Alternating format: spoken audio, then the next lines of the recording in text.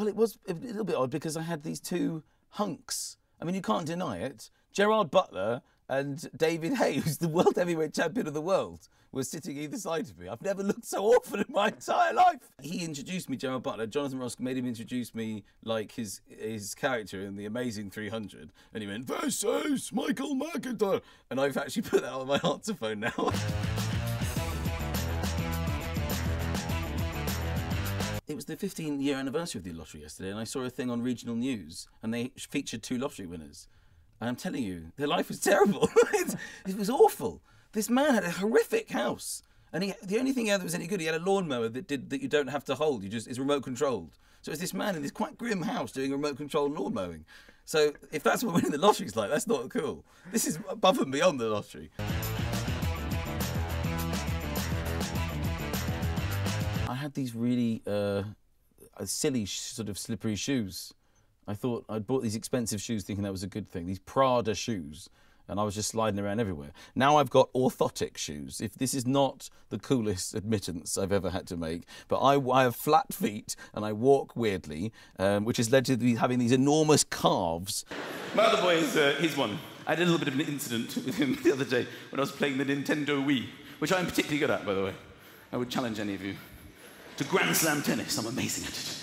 Phenomenal. I got it because it's for the calorie burning. People said it's quite good for losing weight. And the first few times I played it, I had the headband on, put my shorts on. I'm running around the living room.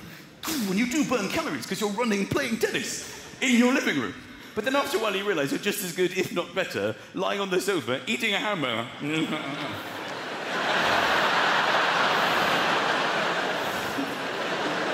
There's an area of my body that doesn't require a workout. It's going to be the wrist area, if I'm brutally honest with you. This is a muscle I've been training quite religiously now for some years.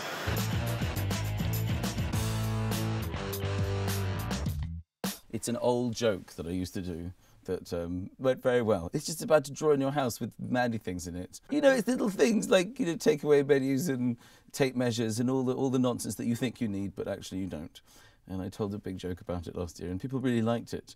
And to the extent that I actually now have merchandise for sale with little tape measures that just say on it, "I live in the man drawer," and people seem to buy them.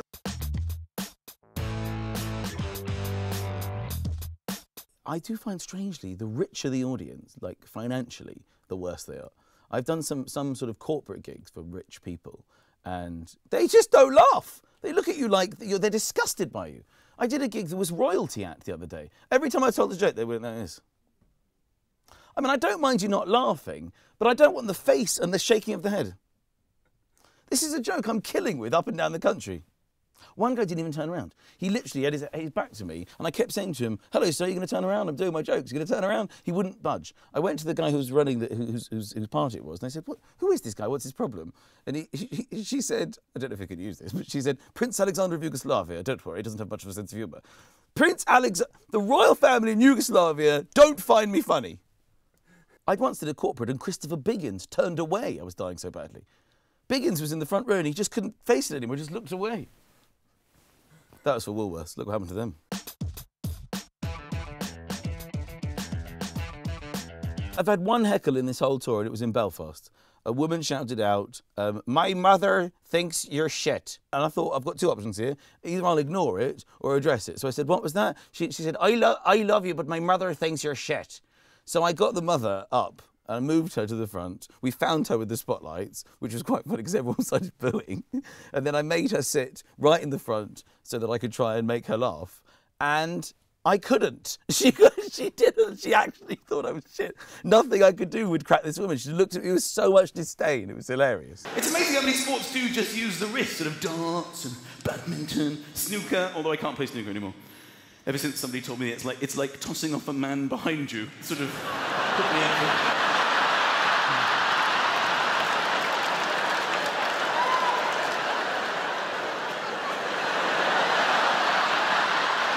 Sort of put me off that particular sport, if I'm honest. Hello, High Street Honeys. I bet there's High Street Honeys around me, because I'm sure the website's covered in... There's got to be tits somewhere. Here, somewhere, a bikini. I bet there's a bikini sort of around this area. Click on some of these bikini chicks. They're everywhere. I love the whole. Is it High Street Honeys that you do, FHM? There's something great about that. That you've just plucked these women off the high street and they're just shopping. They've just got their lists. What have I got to get? Milk? I've got to get. No, you don't. You've got to get into a bikini. Forget the high street. It's bikini time. Hello, my name's Michael McIntyre and you're watching FHM.com when you should be looking at galleries of chicks.